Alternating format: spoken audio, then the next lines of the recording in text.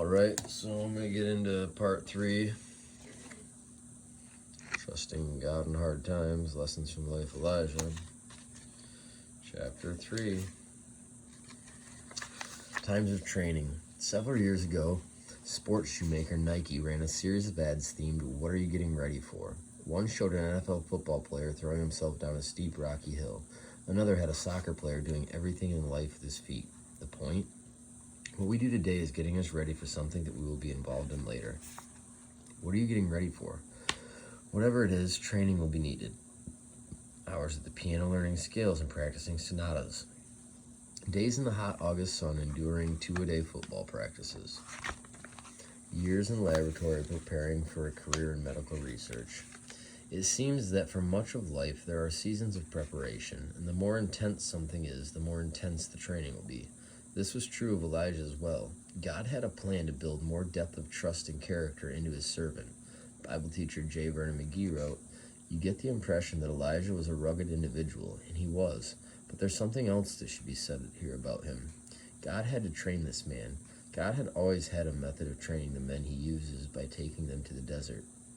This is God's method for training his men. Now he is going to take out this man Elijah and teach him several things he needs to learn." Through the Bible, Volume 2, page 283. God's direction. Immediately after we read of Elijah's pronouncement to Ahab, we are informed anew about Elijah's willingness to obey God. By a direct message, Elijah is ordered to take himself out of the normal realm of life and go to the wilderness.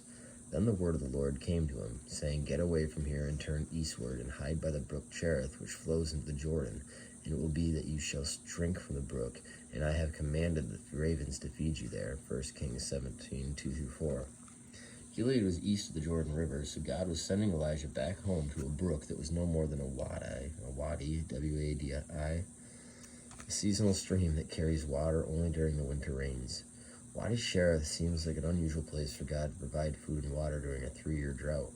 Perhaps there was a cave or a shelter there. We don't know. What we do know, however, is that Wadi Cherith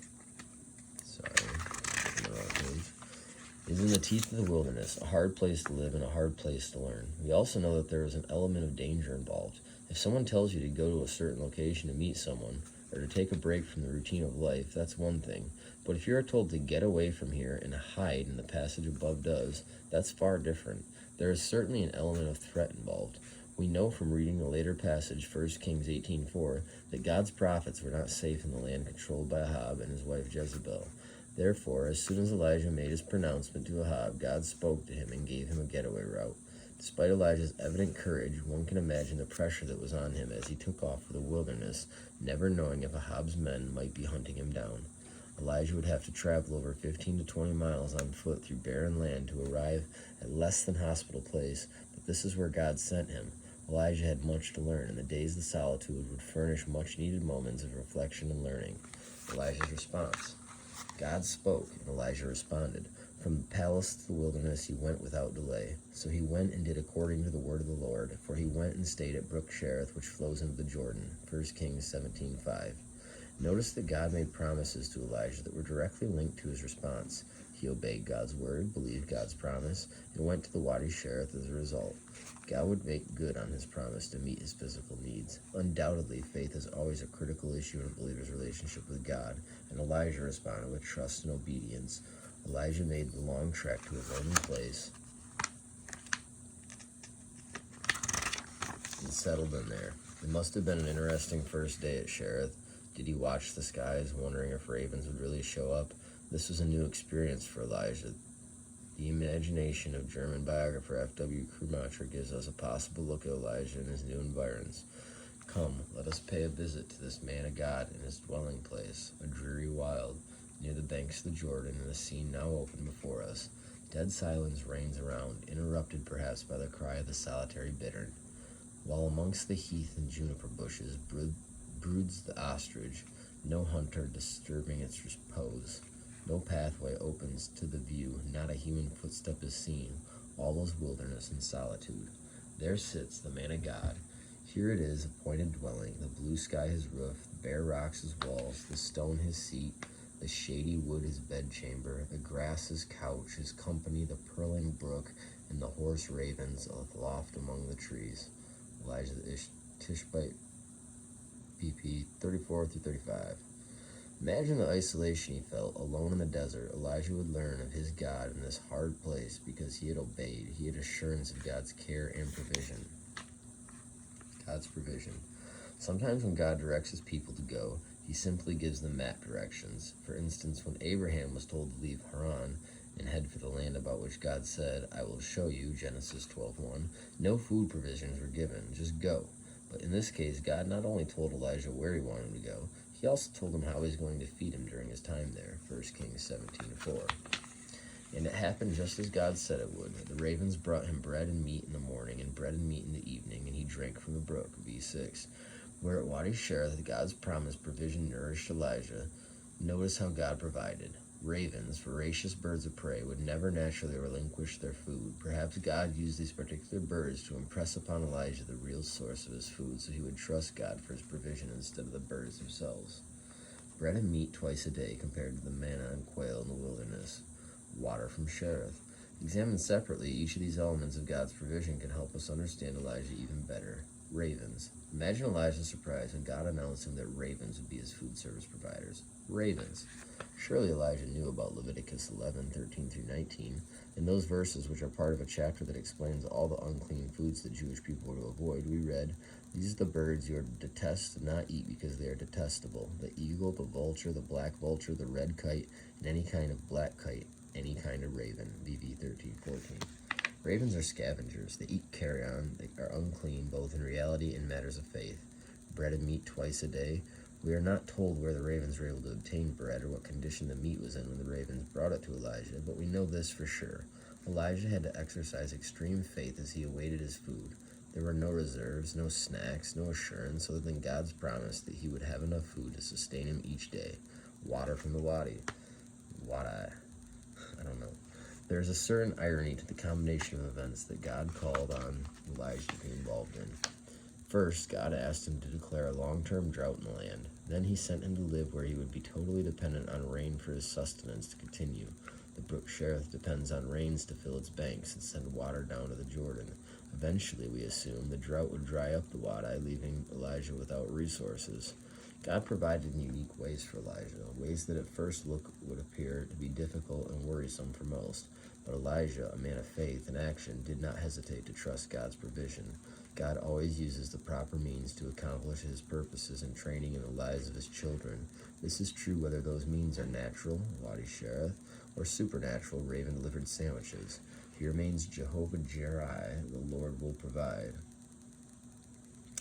God faithfully kept promises, and his unusual provisions are key elements of Elijah's preparation. You have to wonder what went through Elijah's mind as he waited each day by the brook Cherith. Between feedings by the big birds, did he spend his time thinking about his adventure before Ahab? Did he spend a lot of time praying? Did he wonder how things were going back home in Gilead? For some reason, this was the training ground that God had planned for Elijah. Whether he was praying, pining, remembering, or simply trying to survive, he was learning more and more each day about trusting God. You also have to wonder how Elijah received the news from God about his next move. For a man living alone in the wilderness, it must have presented some encouragement to note that his next move would include people. Here's the account of how God told Elijah what he would do next, and it happened after a while the brook dried up because there had been no rain in the land. Then the word of the Lord came to him, saying, Arise, go to Zarephath, which belongs to Sidon, and dwell there. See, I have commanded a widow there to provide for you. So he arose and went to Zarephath. 1 Kings 17:7-10. Bible teachers believe that Elijah was in the wilderness for more than a year, and even though food arrived daily, his anxiety level must have been rising. For as the drought continued, the river became a stream, then a creek, then a mere trickle.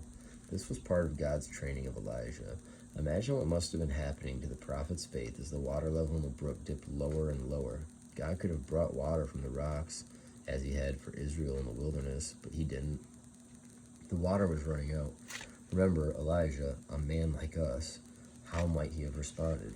Wanting to panic, he knew where to get water. He knew where the Jordan and other rivers were.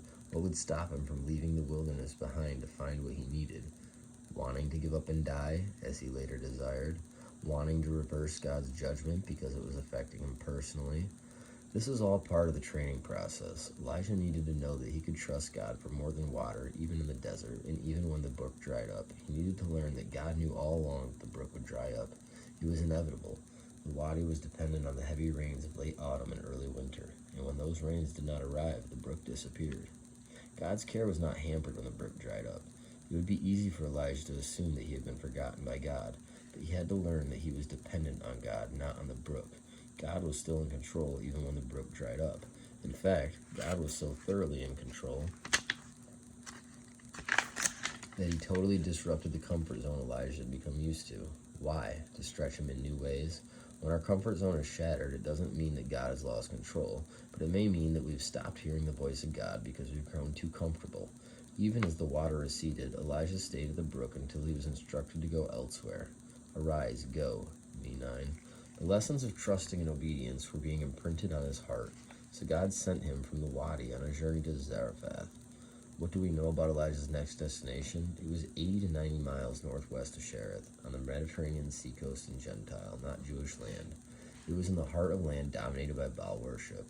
It was the homeland of Queen Jezebel, priestess of Baal, the god that Elijah had challenged. And of course, Jezebel was the wife of the king whom Elijah had challenged. It appears that Elijah was moving from the frying pan directly into the fire. He was a devoted God worshiper heading into the land that worshipped idols. He was a Jew moving into the middle of the Gentiles, and he was the bearer of bad news going into the territory of the spouse to whom he bore that news. However, none of those considerations rose to the level of being included in the scriptural account. Instead, Elijah's journey to Zarephath had drama for a far different kind. When God told Elijah to take this journey, what did he tell the prophet he would find there? A widow to care for him. That's not very promising. Widows were normally the poorest of the poor. In this economy, they lived on the fringes of society with no one to take care of them.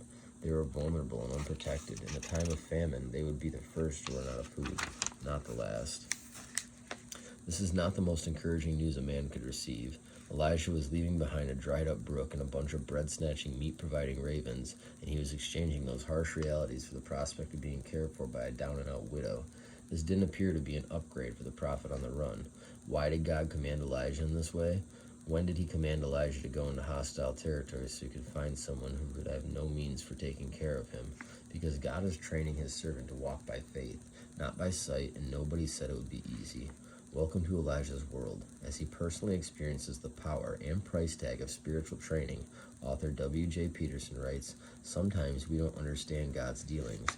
We don't know why we were sent to Cherith in the first place. We don't appreciate the fact that God uses dirty ravens to feed us, and we certainly don't understand why the brook has to dry up. The fact that we don't understand is simply a sign that God's educational process isn't complete yet. He is still teaching us, and we're still learning. Meet me on the mountain, page 44. Applying it, what lessons can we learn from the Wadi Cherith Training Center for Spiritual Service? 1. Sometimes God's children suffer along with unbelievers. 2. Sometimes when we think we're ready for Mount Carmel, God sends us to Cherith because we're not as ready as we think. And 3. Sometimes God's hiding place isn't an easy place. All right, that's chapter 3, part 3. So I'm hopefully going to have chapters 4, 5, 6, and 7, which 7's pretty short. Lucky number. Hopefully have you those chapters before I go to bed. If not, I'll finish them first thing in the morning, so you guys can have just one quick audiobook on Trusting God in Hard Times, Lessons from the Life of Elijah by Bill Crowder. That's what I found on my counter when I got out of jail. I ordered it like 9 months prior through the Daily Bread, which you can get for free if you guys want it. Just let me know and I'll show you how. But, yeah, part 3 is done. I'm gonna go smoke a cigarette, I think, again, because I'm having a stressful night with no clue where I'm living tomorrow or how I'm paying for my dog's babysitters, but having faith this will work itself out too. Yeah, let's go, Hunter fam. We got this.